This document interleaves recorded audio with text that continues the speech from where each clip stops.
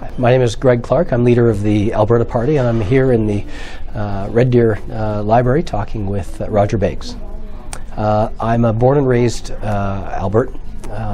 I started off life working in politics, actually working in the Alberta legislature for Lawrence Decore in 1993. That was a great experience, but it taught me that politics can be very adversarial. And I was frankly surprised to find that how much that was true in the legislature. So after that I went into the private sector, worked for a couple of technology companies. I got my MBA and then started a company in IT consulting, doing information and knowledge management consulting, mostly for oil and gas companies, but also for some finance companies as well.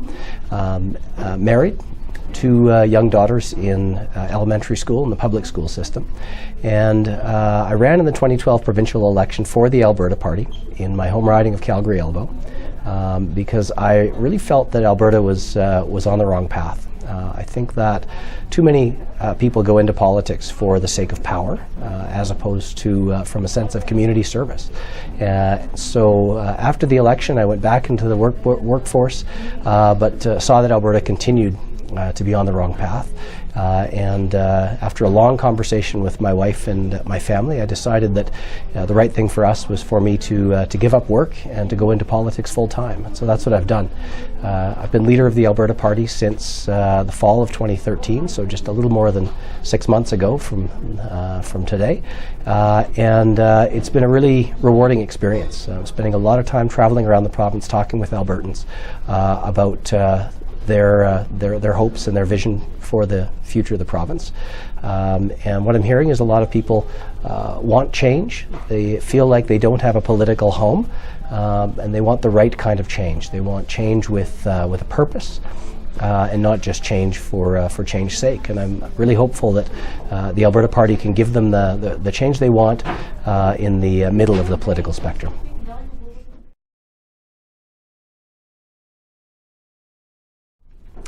You know, I think it's a very important time in Alberta's history right now. The world around Alberta, the world outside Alberta, is changing very quickly in ways that we don't yet fully understand. What I know is that the world is moving to a low-carbon future. Climate change is a real concern all around the world, and the simple fact of the matter is Alberta has a very high carbon economy. I worry that at some point in the not too distant future those two things may collide, and so we have to ask ourselves as the province of Alberta, what do we do about that? And I think the answer is that we work on active economic diversification while also managing the development of our natural resources, of our oil and gas resources, as responsibly as possible. I believe very strongly we can be world leaders in clean energy development, and that includes oil and gas, it includes the oil sands. But I think in terms of the changes that are required in Alberta, as we move more towards renewable energies, I think we have to ask ourselves, why do we need to go through that change? And I think it's important to recognize the way the world is changing around us. Alberta has a very entrepreneurial culture, a very open culture. The thing I love the most about this place is the fact that if you are willing to work hard, you'll get ahead here. We have a lot of very smart, very entrepreneurial people who can frankly tackle any problem that comes our way.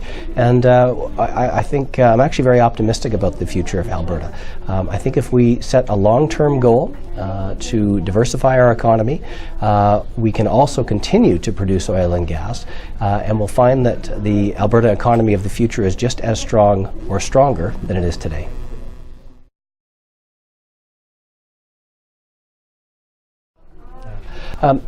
Alberta's cultural sector and creative industries are very important to the Alberta Party, and I'll say that for two reasons. Culture and creative industries, arts, enhance the quality of life for all Albertans.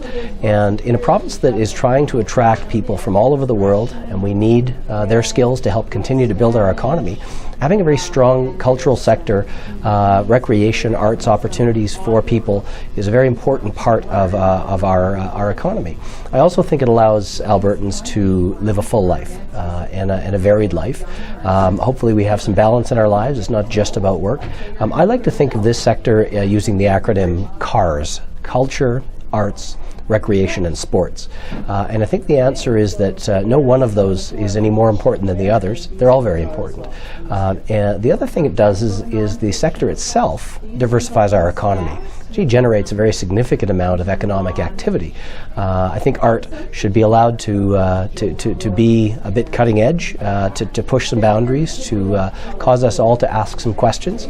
That's the role of art, and I think it's very important in a society. And it's something actually I think Alberta is quite good at. I think we have a significant diversity of arts offerings, cultural opportunities throughout the province in Red Deer, Central Alberta, and other areas. It's something the Alberta Party would commit to both from a funding perspective, but also from the perspective of it being something that we very much believe is important. And so as local arts groups would want to start up or expand, it's something the Alberta Party I think would very much support.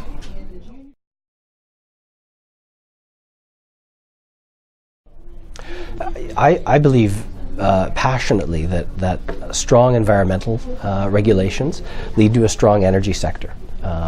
I think if I look at tailings ponds in Fort McMurray, there's really no reason why we can't have a very aggressive effort to clean those up. If I look at carbon emissions, I think that Alberta can become world leaders in reducing carbon emissions of all sources. And this is something that as the world moves to that low carbon future, can be a big part of our economy going forward. I actually believe that there is a future for traditional oil and gas in Alberta, and I think we ought to support that as best we can. But I know for sure we can't continue to do things the same way that we have always done them. I'm actually very optimistic about the fact that industry is willing to look at something like a carbon tax, an increased carbon tax over and above what we already have in Alberta, and perhaps even a significant increase. What I like about a carbon tax is it provides a disincentive to produce carbon, which is what we don't want, and the money that's generated through a carbon tax for large emitters provides an incentive for clean energy technologies. In Alberta's deregulated market, it's quite difficult, frankly, to bring on renewable energy like wind or solar. So we need to find a way to do that. And I would include things like geothermal and biomass as part of that. So I believe the future of energy in Alberta is an all of the above. It will be renewable energy, it will be traditional oil and gas, and I actually think it offers a huge opportunity for Alberta to use the expertise that we have from our traditional oil and gas sector to broaden out to be more of an energy story for Alberta and not just oil and gas. On the carbon price, I know that some of the major producers, including Husky, Shell, Statoil, Imperial Oil, have all priced in upwards of $40 a ton for carbon into their current projects. So they're willing to include that in their economics, and if their projects can't sustain that, those projects don't go ahead. My understanding is that works out to between maybe $1, $1.50 a barrel on an oil sands project, and while that is a significant amount, it's a lot less than the $3 to $5 a barrel it costs to transport bitumen via rail car. So if having a proper effective carbon tax enables us to get access to market through either Northern Gateway or Keystone XL or Energy East or perhaps all three, it's actually beneficial to both oil sands producers, but as important, it's beneficial to Albertans because we gain royalties from those projects. And equally important as well is that the money generated from those carbon tax will go towards innovation, will go towards the climate change fund that we have. I would argue that at least half of that money should go to the Heritage Fund and for long-term savings as well, because we are entering the world is changing, and we know that Demand for oil and gas may not always be as high as it is today. I believe it will stay relatively strong here for the next period of time, 5, 10, 20 years. But we really are entering an uncertain future. I think it's very important that we save as much of our non-renewable resource revenue as we can, and frankly, a reasonable carbon tax, I think, is one way of doing that.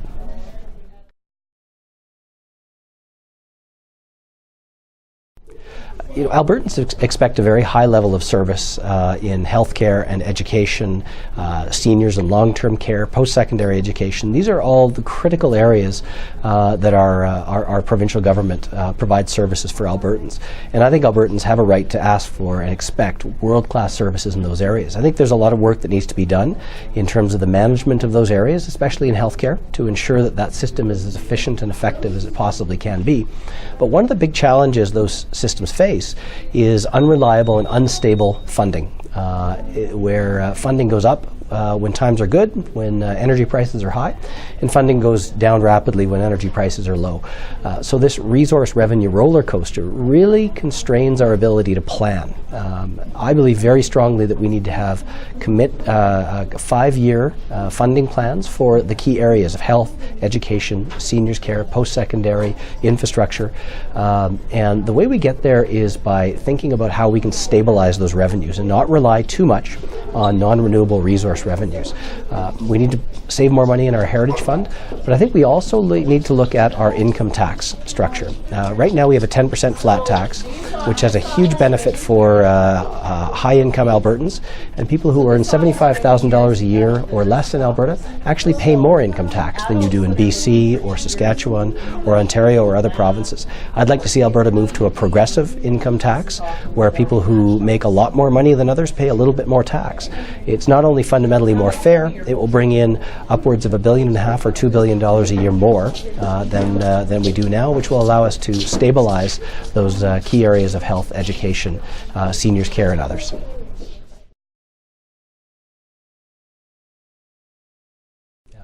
The question of social media and the impact on our society and on politics is a really good question, and it's a big question. What I really like about social media is that it allows me as a public person to have a two-way conversation with the people of Alberta without having to actually be in the same room. Now, I don't think it can or should ever replace that face-to-face conversation. I actually really enjoy that part of it as well, and I think it's really important that we don't ever lose the face-to-face conversation piece.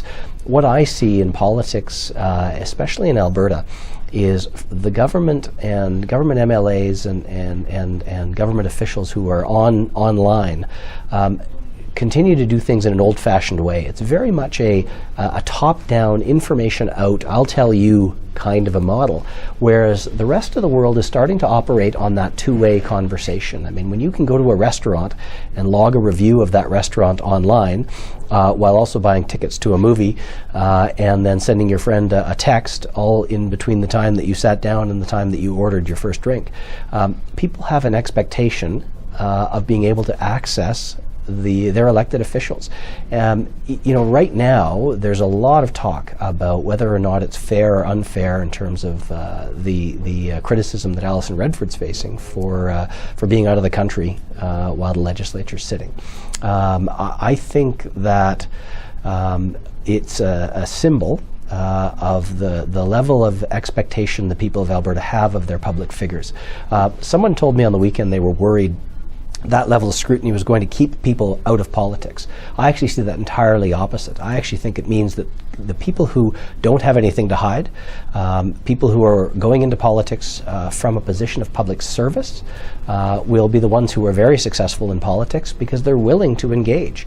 I think if you're not willing to engage in a conversation online, any more so than you're willing to engage in a conversation in person, then I'm not sure that that's the kind of person that ought to be in politics. The thing I liked about teaching the business management class was the diversity of the students in the class. I learned as much or more from them, I'm sure, as they learned from me. We had students, adult learners from their mid-20s to people up in their 50s and 60s. And what I really enjoyed was the in-depth discussion that we had about the business issues of the day. It was a business management class, and so we talked about the political side of the business issues of the day, and it really generated some very interesting conversation. And of course, we also went into the nuts and bolts of the business and finance and accounting and marketing and those sorts of things. But what was really encouraging to me was how enthusiastic and engaged that student population was. It was a two-way street. I tried to bring some energy myself, and I hope that rubbed off on the class. But it's something I truly enjoyed and actually hope to go back to one day. I'm very optimistic about the future of the province, just given what I've seen from students really of all ages, high school students, university students, college students, people in the trades. They're very enthusiastic and very interested in not just their trade, not just their profession, but in the world around them. I actually think that increasingly Albertans are coming to understand that we do live in a broader world, and that there is a lot of opportunity, not just within the borders of Alberta, but all around the world. The other great benefit I think we have in Alberta that other places don't have, if you're willing to work hard in this province, you will get ahead. The output in terms of what you get back is almost exactly the same as the input here, and I don't think that we realize that's not quite the same in all parts of the world. My wife is from the UK, and boy, it's not like that there. It's amazing to me to see that in other parts of the world, who your parents were, your accent, the color of your skin, sadly enough, actually makes a difference. And I really believe that in Alberta, those things aren't a consideration. If you've got the skills, if you've got the energy and you're willing to make an effort, you'll do really well in this province.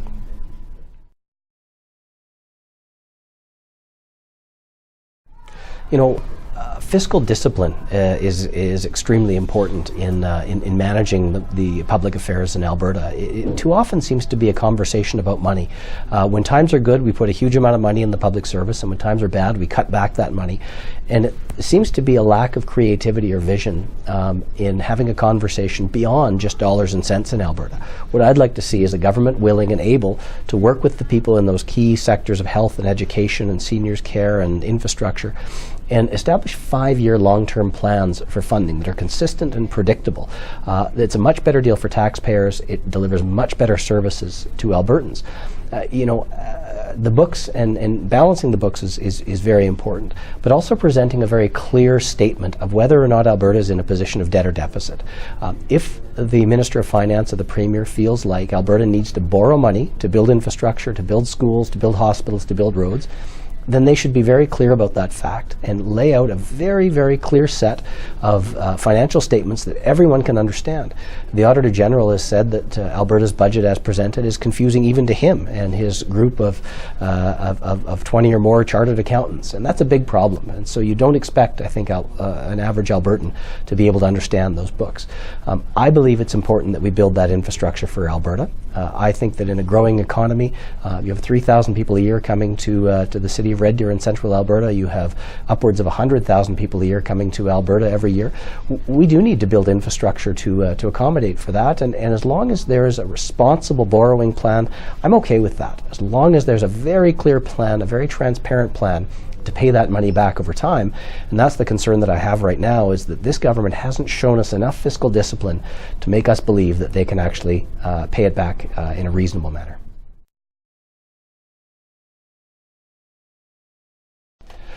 I think the best government is the one closest to the people.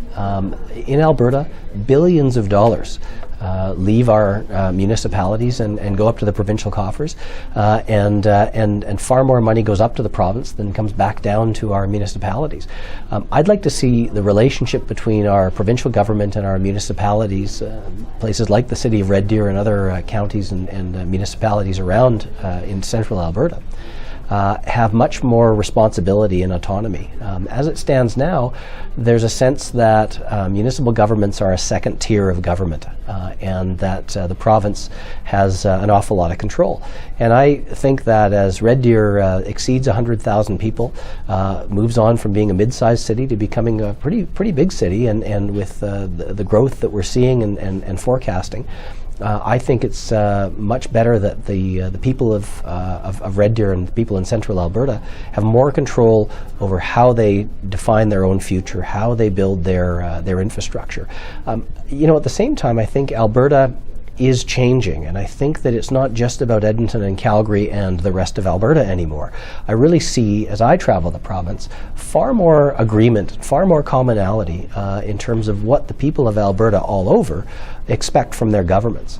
I think people want economic opportunity. They want to know that they have a good chance of having making a good living, but they also want to know that those services are going to be there. The great education system, great healthcare system, great seniors care. And if they know that those things are going to happen, that's really what they care about. And it doesn't matter, frankly, if that's driven by the province or if it's driven by a municipality or a city. And my preference, frankly, is to see an increased responsibility at the municipal level, because the best government is the one closest to the people.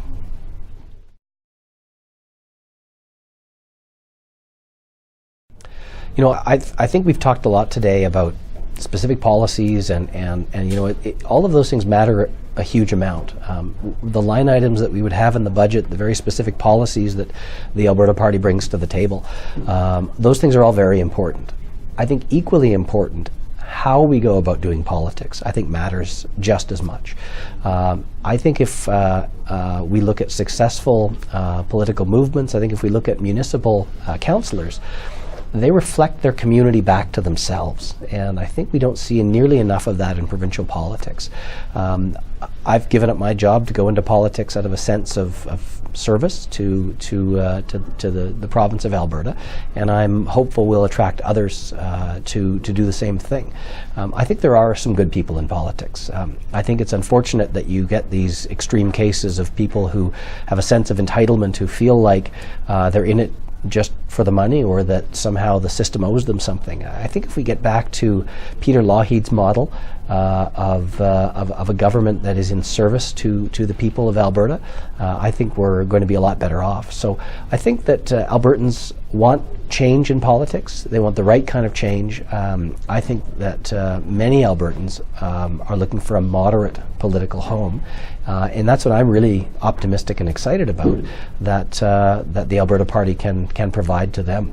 Traditional parties all across the political spectrum, I think, focus too much on negative politics. They tell us what they don't like, they tell us what they're against, but they don't tell us what their vision for the future of the province is.